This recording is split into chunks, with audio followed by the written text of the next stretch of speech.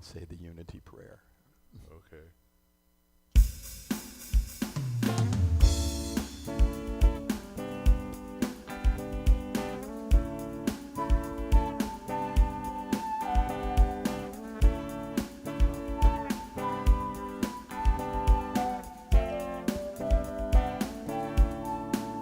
Good morning.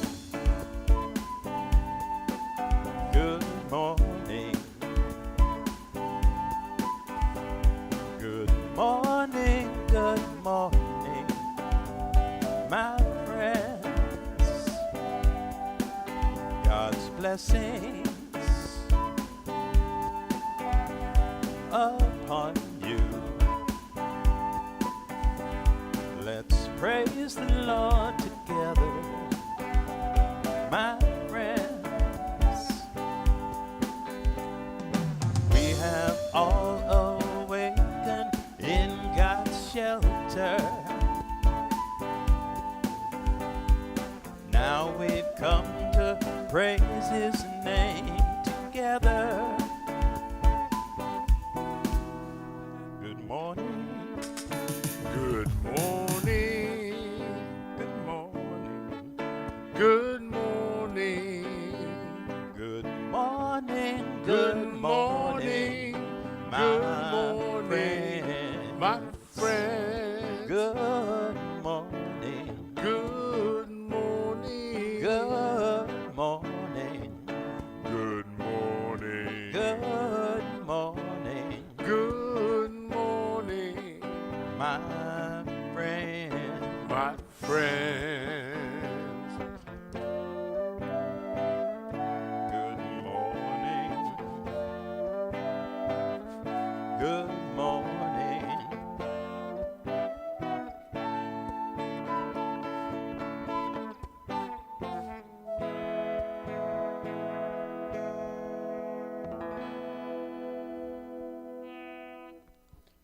Good morning, everyone. Hello, everyone. We can't see the Zoom stream today, so we don't know who's in Zoom. But hey, everyone out there in Facebook. As you can see, we are in a different place this morning. We are at the Clearwater Baha'i Center. Yes. And we're looking at this as kind of a technical run, and we've had our first technical issue with me hitting the drum by accident 2 times, turning it off. But that's not a technical issue, that's a me issue. How you doing, Daryl? I'm doing well. How are you? I'm doing good. I'm doing well. So hello, good morning, everyone, again in the Zoom and in the Facebook feed. Whether you're here with us right now or if you happen to view this later, I want to get that closer, but I'm not going to bother with that. How you doing over there, Jeremiah? He's good. He's doing well. He's good. He's good. How you doing, Pete? Yeah, Nini's not with us, and so yeah, we're just going to go ahead and we don't know how this is going to go. We hope it goes well, and we're just trying to iron out some of the kinks, and we're just going to do what we normally do, and which is first start with a prayer. I don't know. I don't know if you all heard before. He had just hit the button, and I said, "Oh, I don't have a prayer," but I do have a prayer because one prayer. No, so many prayers, of course, are appropriate for any occasion, but one that is especially appropriate at any time, and especially at this time, is the unity prayer. So let's say that. O my God, unite the hearts of thy servants and reveal to them thy great purpose. The folks over there in the Zoom feed, well, I don't know. That's right, we've got a camera here, we got a camera here. I am not used to this. So I'm thinking everything's happening from the sound booth over there, but it's not. Okay, but we are working in the book Baha'u'llah and the New Era, and we're getting a good ways through here, Daryl. I mean, I know you mentioned that last week, but wow. We're about halfway through. Yeah, we're about halfway through. And today, we are continuing with the chapter, True Civilization. And, we talked about religion being the basis of civilization. We talked about the importance of justice, okay? And today, we are going to get into what today might be kind of there are some points in here that can be a little touchy to some people, I would think. I don't know, maybe I'm A speaking out little, of turn. a little controversial Yeah. for some people. Yeah, so we're still in the chapter on true civilization, but today we're starting with talking about this first subject, which is political freedom. Political freedom. Yes. And I will say this, if you think that your spiritual walk and political freedom have absolutely nothing to do with one another, I would say you might think again after hearing some of the things that are said today. Of course. Okay. Political freedom. Although advocating as the ideal condition a representative form of government, local, national, and international, Baha'u'llah teaches that this is possible only when men have attained a sufficiently high degree of individual and social development. Suddenly, to grant full self-government to people without education, who are dominated by selfish desires and are inexperienced in the conduct of public affairs, would be disastrous. There is nothing more dangerous than freedom for those who are not fit to use it wisely. There is nothing more dangerous than freedom for those who are not fit to use it wisely. Baha'u'llah writes in the book of Akdas, "Consider the pettiness of men's minds. They ask for that which injureth them, and cast away the thing that profiteth them. They are, indeed, of those that are far astray. We find some men desiring liberty and priding themselves therein. Such men are in the depths of ignorance. Liberty must, in the end, lead to sedition, whose flames none can quench. Thus warneth you he who is the reckoner, the all-knowing. Know ye that the embodiment of liberty and its symbol is the animal." Whoa, whoa, whoa, whoa, whoa. Hold on a minute here. What do you mean? Well, first of all, I want to get back to this whole thing about liberty must in the end lead to sedition, whose flames none can quench. I am not playing devil's advocate. I am not. But I think it's interesting what sedition means, because it's very relevant today. It's always relevant when you start talking about politics and government and so forth. But and I'm sure pretty much everyone listening to this probably has their own idea of what sedition is. But I will tell you, I wanted to be very specific about what sedition is, and so I looked it up. Not that I didn't think I knew, but I looked it up. Yeah. Okay. What is sedition? Sedition, conduct or speech inciting people to rebel against the authority of a state or monarch. Conduct or speech inciting people to rebel against the authority of a state or monarch. And here it says, liberty must in the end lead to sedition, whose flames none can quench. Right. And that's the frightening thing about that, whose flames none can quench. So I just wanted to point that out. I'm sorry. But that whole thing about the embodiment of liberty and its symbol is the animal, do you think that might fall on some ears and be a bit, I don't know. Offensive? Yeah, thank you. Sure. Well, but wait a minute. This whole section, to some, may seem quite offensive. You're right. You're right. And now that you've said that, I'm going to shut up and let you read the rest of the section. That which beseemeth man is submission unto such restraints as will protect him from his own ignorance, and guard him against the harm of the mischief maker. Liberty causes man to overstep the bounds of propriety and to infringe on the dignity of his station. It debaseth him to the level of extreme depravity and wickedness. No, Darryl. Wickedness. Wickedness. Liberty causeth man to overstep the bounds of propriety and to infringe on the dignity of his station. it debaseth him to the level of extreme depravity and wickedness. Do you find that at all? I don't know.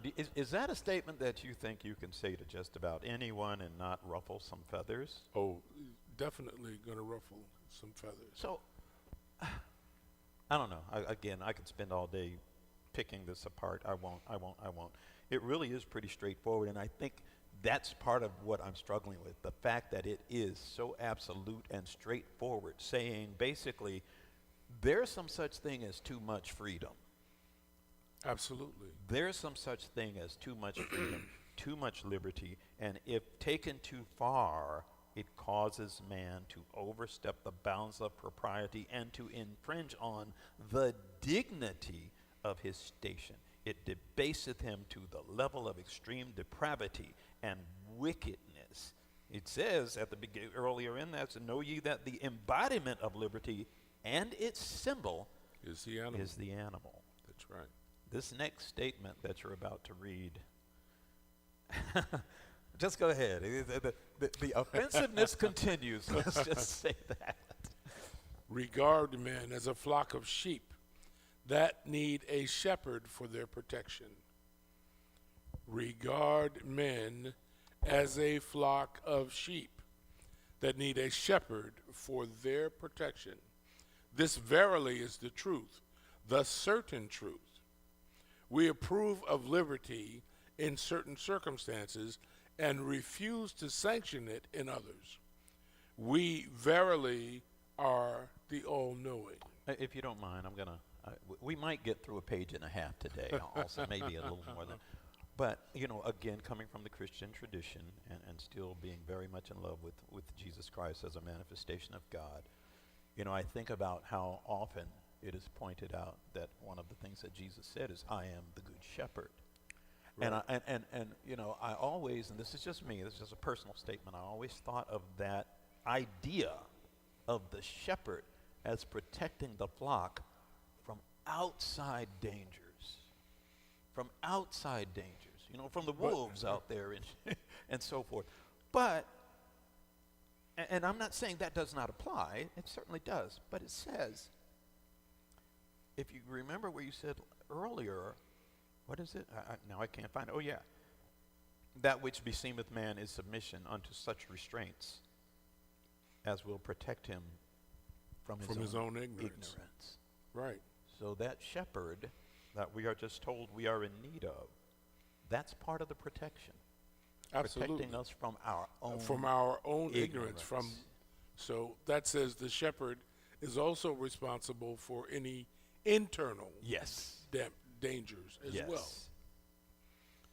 So say, true liberty consisteth in man's submission unto my commandments, my capitalized, little as ye know it.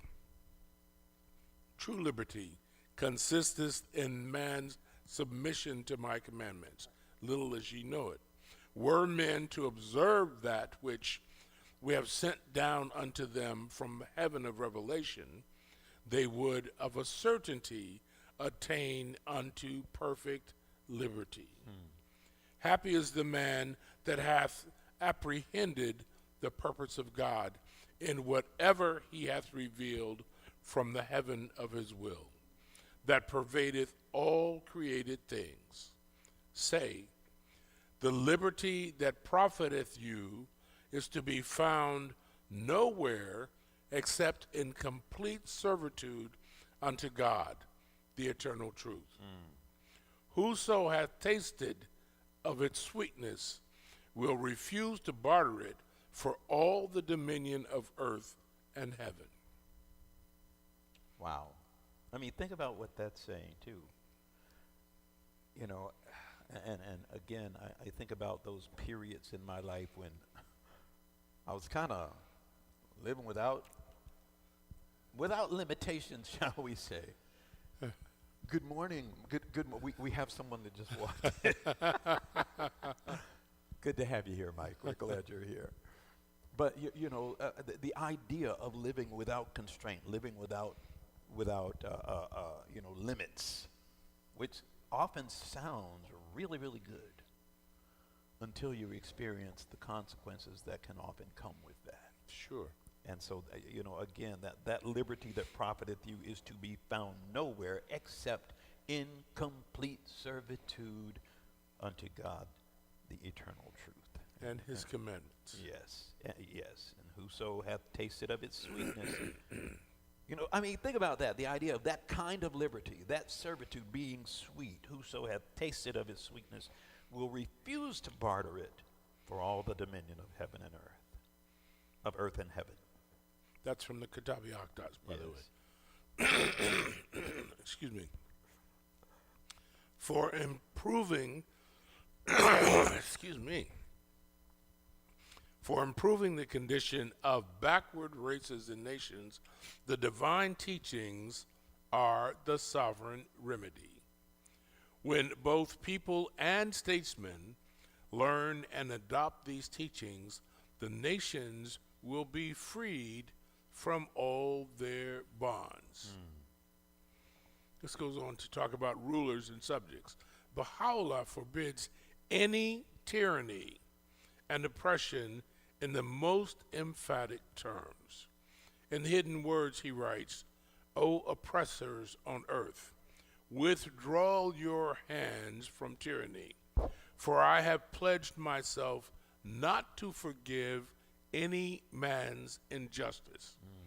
This is my covenant, which I have irrevocably decreed in the preserved tablet and sealed it in my seal of glory. Those entrusted with the framing and administration of laws and regulations must hold fast to the rope of consultation and decide upon and execute that which is conducive to the people's security, affluence, welfare, and tranquility. For if matters be arranged otherwise, it will lead to discord and tumult. That's from the Tablet of the World. On the other hand, Wait. I can't believe you could just go past that and not want to repeat it. Think about what that is saying. Okay, it's hold fast to the court of consultation. And we need to point out that word consultation means a lot more than what it sounds like. If you happen to be a Baha'i, we won't take time to go into it. We'll talk about it some other time. But consultation is an extremely important concept in not just the framing of laws, but also the solving of problems. But, absolutely. Okay, yes. Hold fast to the court of consultation and adopt should probably start from the beginning. Those entrusted with the framing and administration of laws and regulations, that's our government. That's right.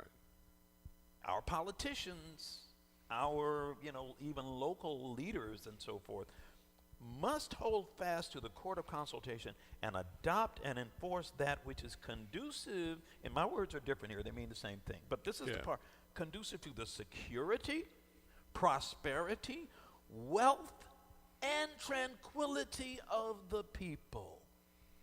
Those four things, security, prosperity, wealth, and tranquility of the people. And you were just going to go past it.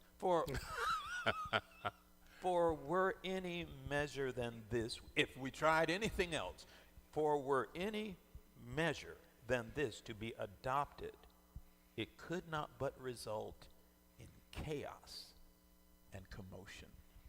And that's straight from Baha'u'llah, Tablets of Baha'u'llah, Tablet of the World. It's right there in your face, and yet it's, what more proof do we need than the life that we are sharing today in the global society? This is it. On the other hand, people must be law-abiding and loyal to the just government. They must rely on educational methods and on the force of good example, not on violence, for bringing about a better state of affairs in the nation. Baha'u'llah says, in every country where any of this community reside, They must behave towards the government of that country with faithfulness, truthfulness, and obedience. That's from Glad Tidings. O people of God, adorn your temples with the mantle of trustworthiness and integrity. Then assist your Lord with the host of good deeds and good morals.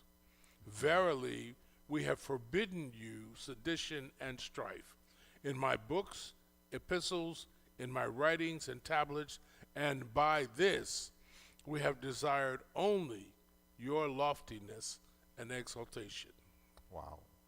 This is one of those verses that reads a little differently in this book. I just want to point that out for those of you that may have a different edition. So, what does yours say? Okay, yeah, I mean, it's pretty much the same, but I will read it. O people of God, adorn your temples with the adornment of trustworthiness and piety.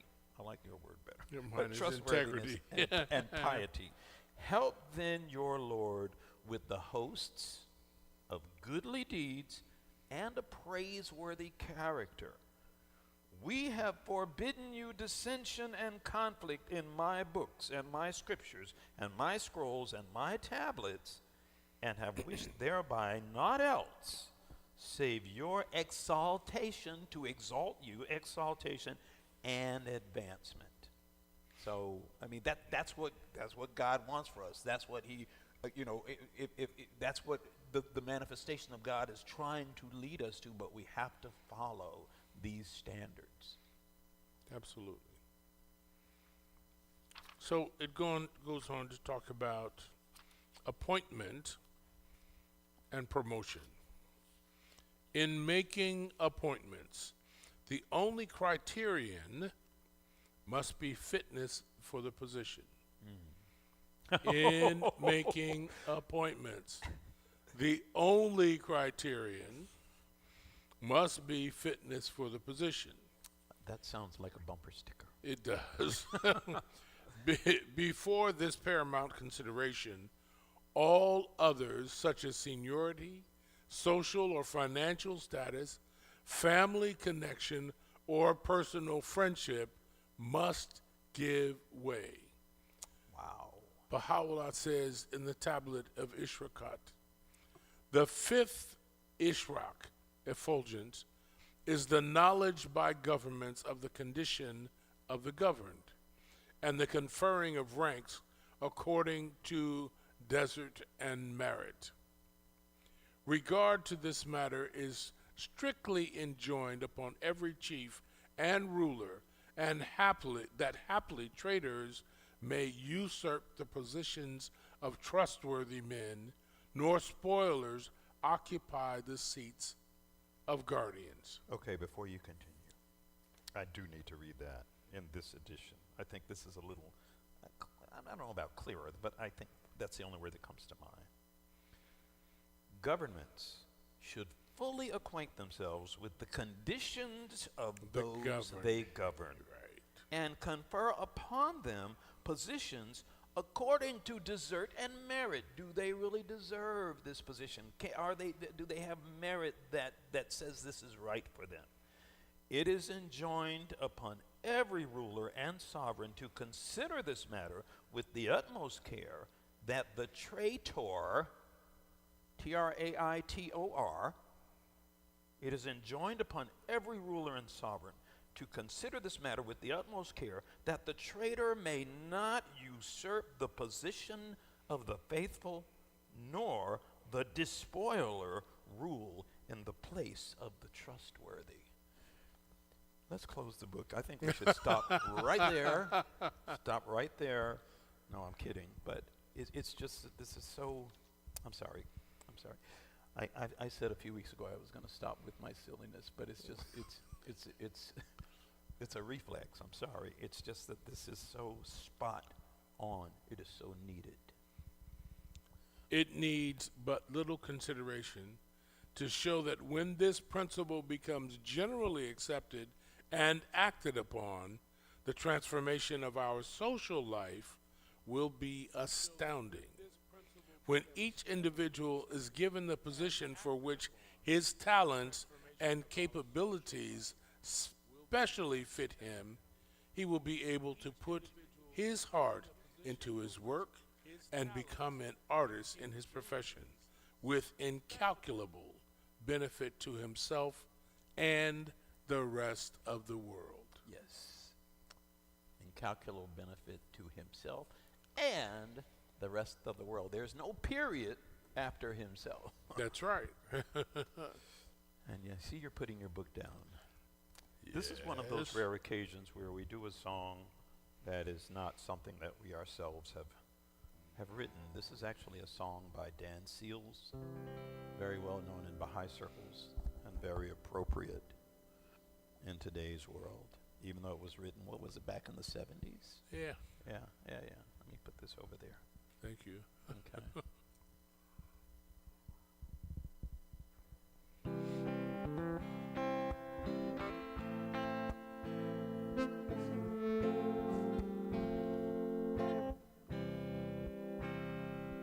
In a bombed out room in Belfast, a young boy is crying.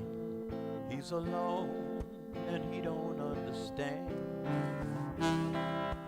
how the teachings of one book, built on love and understanding, can cause the hurt and killing in his land. In an old part of Jerusalem, two children are playing. They run and laugh the way that it should be.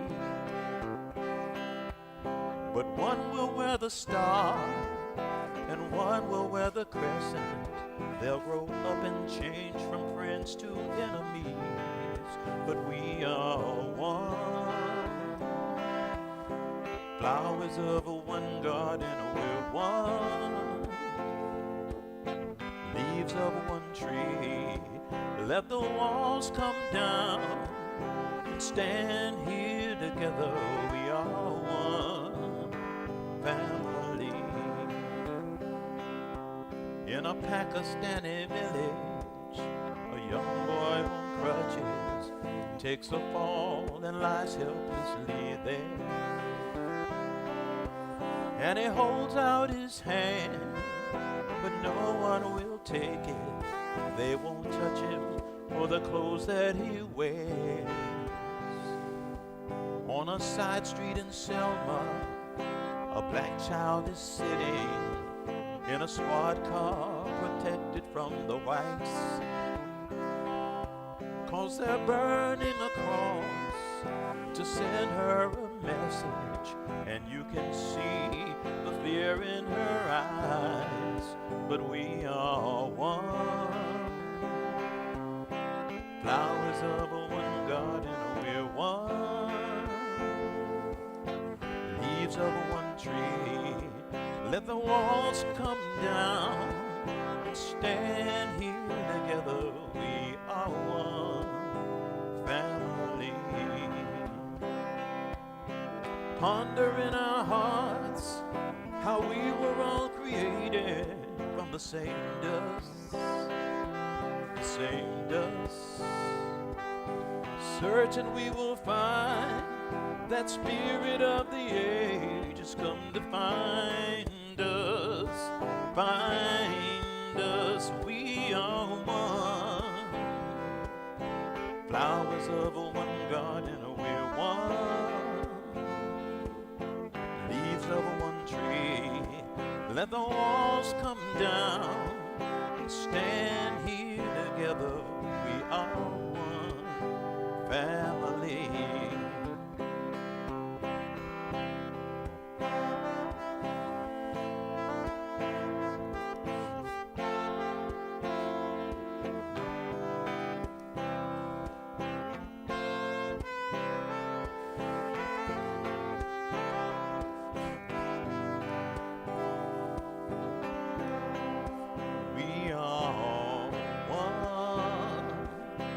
Flowers of a one garden, we're one.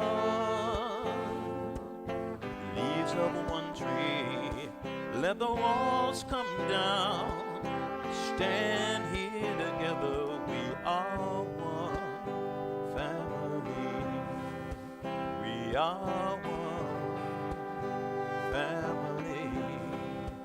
We are one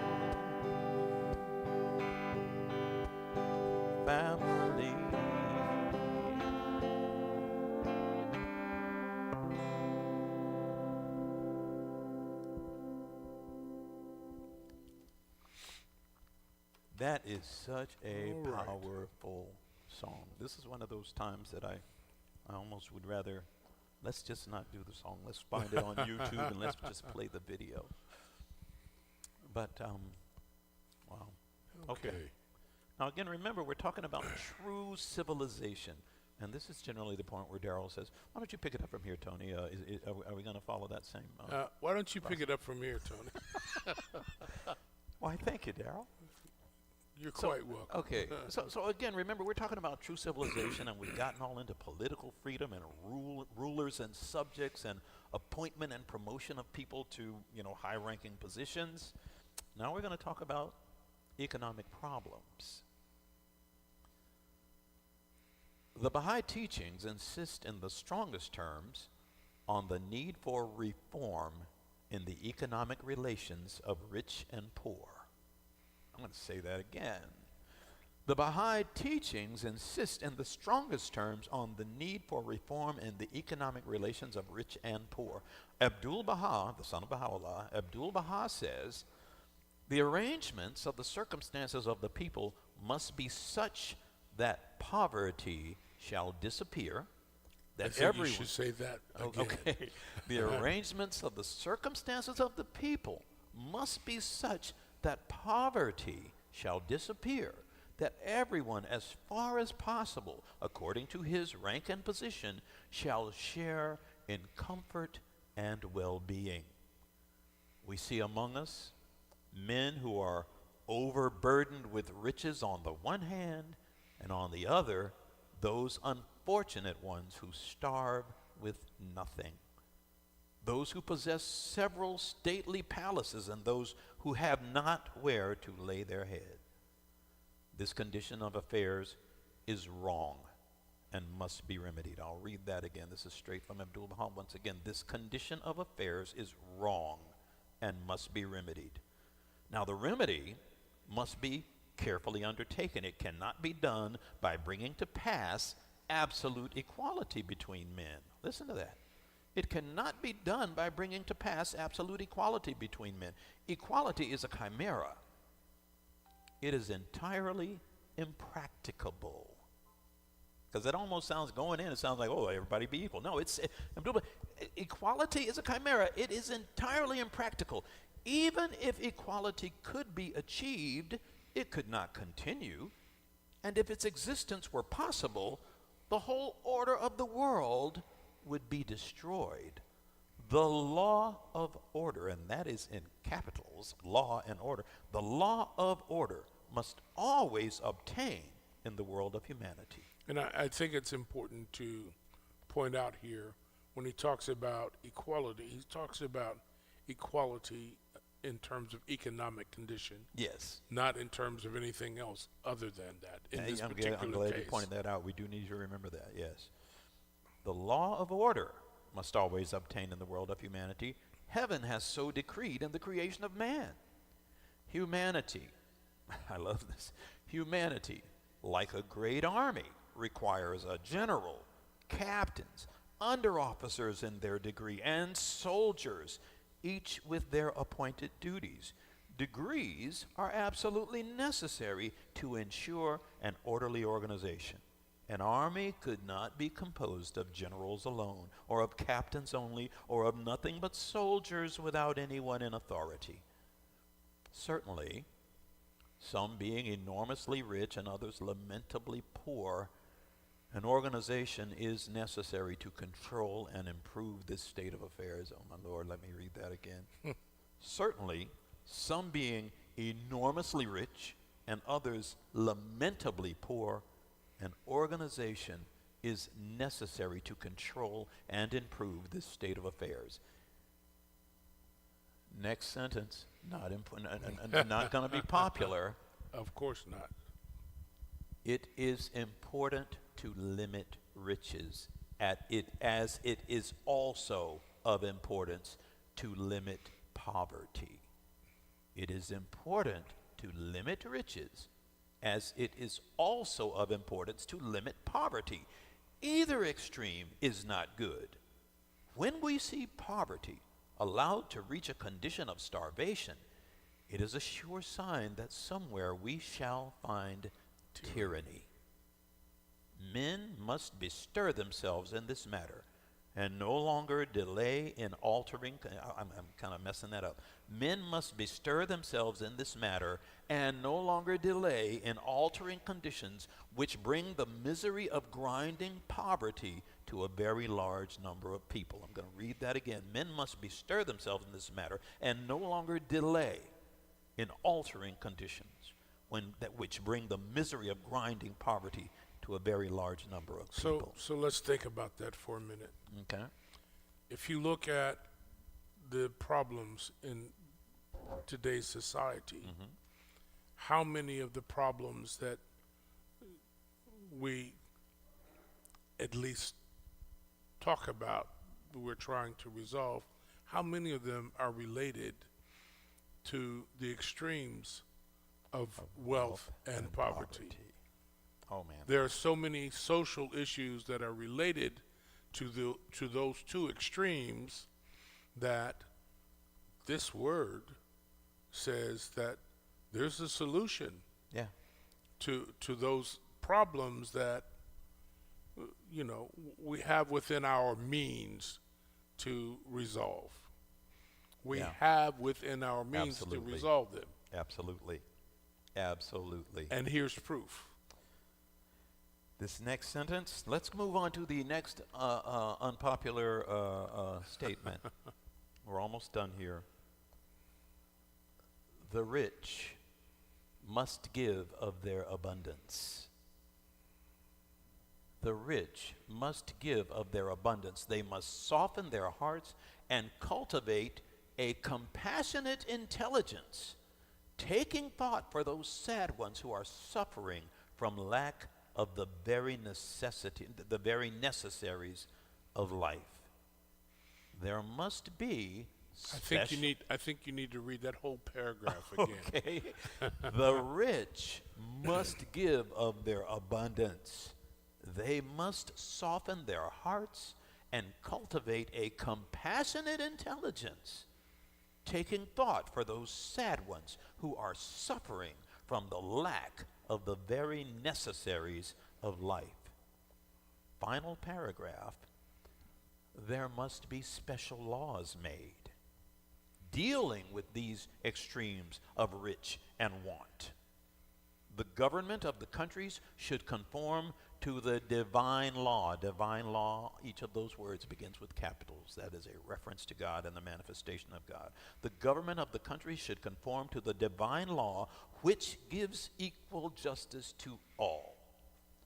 Not until this is done will the law of God be obeyed. Maybe we need to get a quick running start to the parking lot after all of that. Very, I think, in this day and time, very unpopular opinions in the minds of many, and yet telling us this is all. If we're going to be following the laws of God, then this is all very necessary. And again, remember, the topic here, true civilization. Okay. Now, this is one of those things at this time that I don't know, it's going to be kind of hard to do to duplicate here, because it is at this time that we always allow anyone who would like to offer up a prayer or reading or song of your choice. This is that time. Unfortunately, normally we can see our Zoom monitor, which we can't see because now we're getting assistance by our tech pros, and they're over there. But this is that time that we do allow anyone who would like to offer up a prayer or reading or song of your choosing. So please feel free to do so.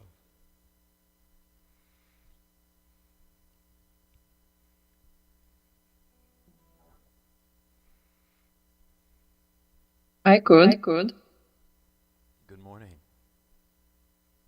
Good morning. Oh, it seems I'm. Am I echoing?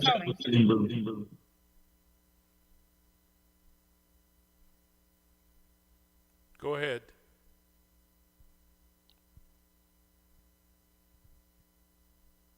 Yeah, you have an echo chamber going. Oh, oh.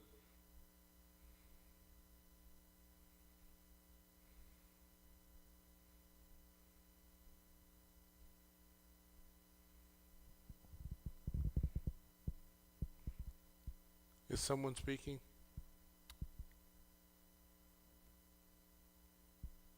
Should we continue? Oh, they're working with the book. Okay. For those of you in our Facebook feed, someone is preparing to share a prayer at this time.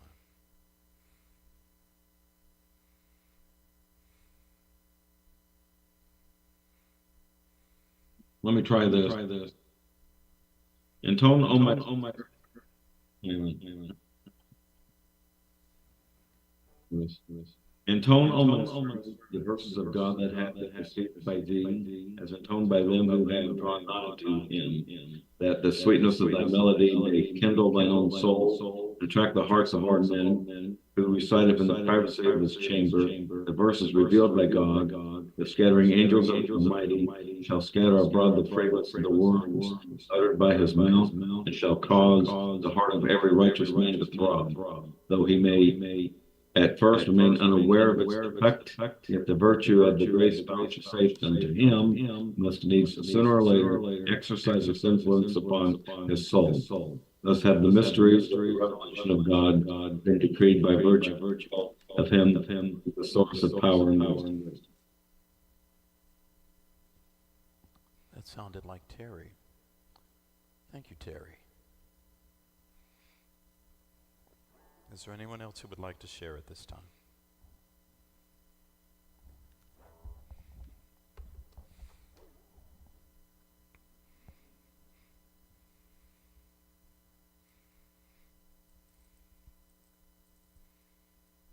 Well No. then, just give me a moment here to reset my little drummer boy here. But it's at this time that we always like to point out that this is a joint effort, a multi-community effort, and as you can see, if you've been joining us before, you know that this is a different place. We are actually at the Clearwater Baha'i Center, and so we again for that and so much more need to thank the Clearwater Baha'i community. And we need to point out that if you happen to be local, we start this at 10 o'clock. We'll be doing this Yes. from here and still trying to work out some of the kinks. But if you would like to join us right here in this space, please feel free to do so. We try to start promptly at 10 o'clock. And if you are someone who would like to get more information from about the Baha'i Faith, regarding the Baha'i Faith, there are some authoritative websites that you can access online. What are those And websites, Daryl? I don't know they if it's- are www.baha'i.org, www.baha'i.us, www.bahaiteachings.org.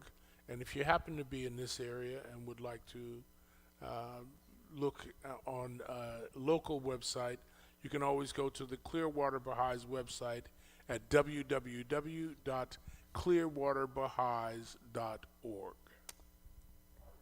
I need a bigger poster. You think so? I think I need a Okay. bigger poster. Well, fortunately, we have cameras that are capable of zooming now. See, but I keep thinking So- about the Facebook. I keep thinking of the Facebook feed. Sure. Yeah, because I mean, so many people see it through this little feed here. I know that again, you can access this on the clearwaterbaha'is.org website, and they have this and so many other programs. There's another program following this one as usual that you can access again through the clearwaterbaha'is.org website. And one thing, for anyone who has not been to that website, there is it's like their own video library of so many teachers, so many topics, and devotions that we've done and Absolutely. others have done from the past. And so it is certainly worthwhile to go check that out. Absolutely. I feel like there's something else I'm supposed to say. I don't know what it is. Well- As used to as we are to this space in this way is totally different from what I'm used to. So I hit the drum machine too soon before and changed the beat and turned it off. And anyway, we'll get better. No. Yes, absolutely.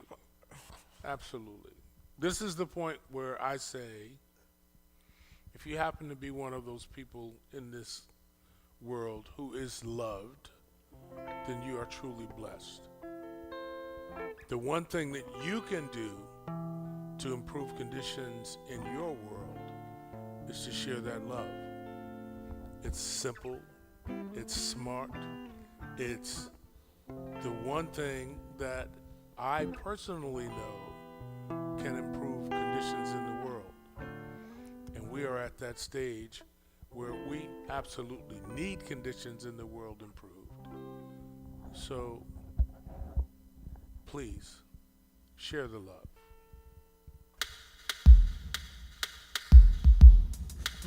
Whoa. Yeah, we got a little heavy on the bass there, aren't we?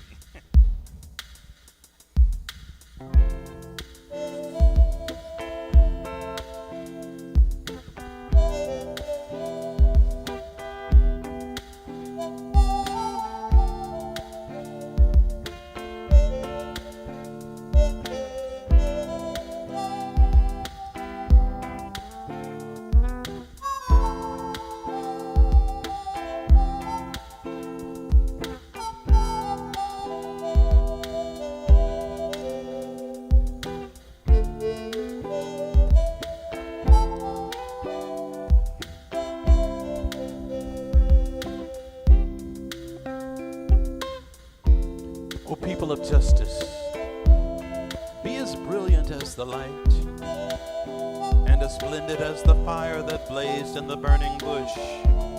The brightness of the fire of your love will no doubt fuse and unify the contending peoples and kindreds of the earth, whilst the fierceness of the flame of enmity and hatred cannot but result in strife and ruin.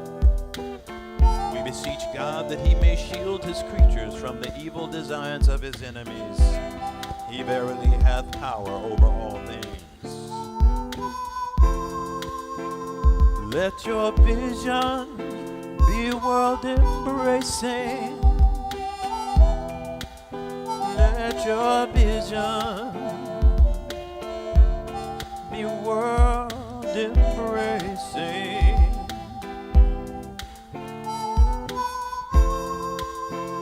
Let your vision be world embracing. Oh.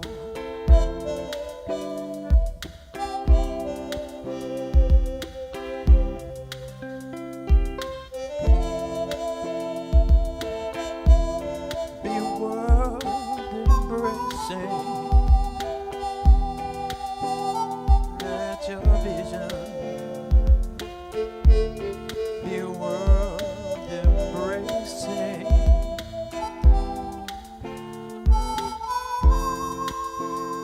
Let your vision be world embracing.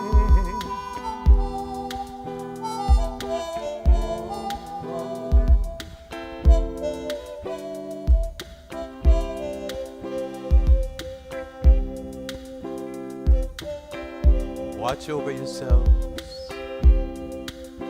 for the evil one is lying in wait, ready to entrap you.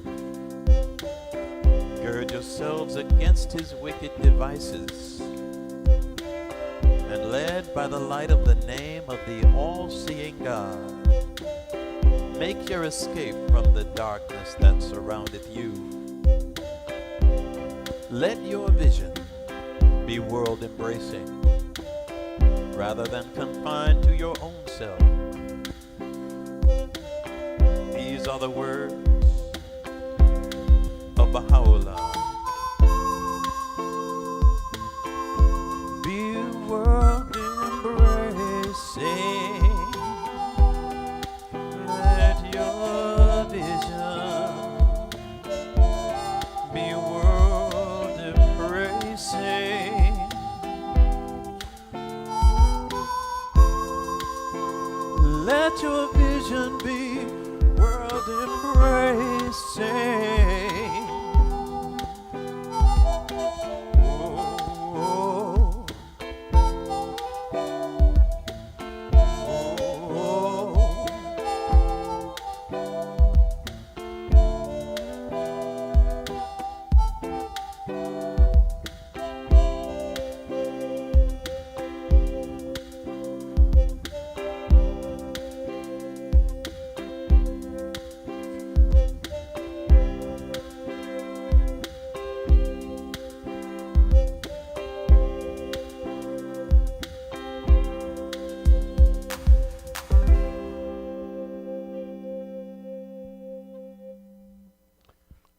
Have a good week, folks. We look forward to seeing you back here next week, 10 o'clock.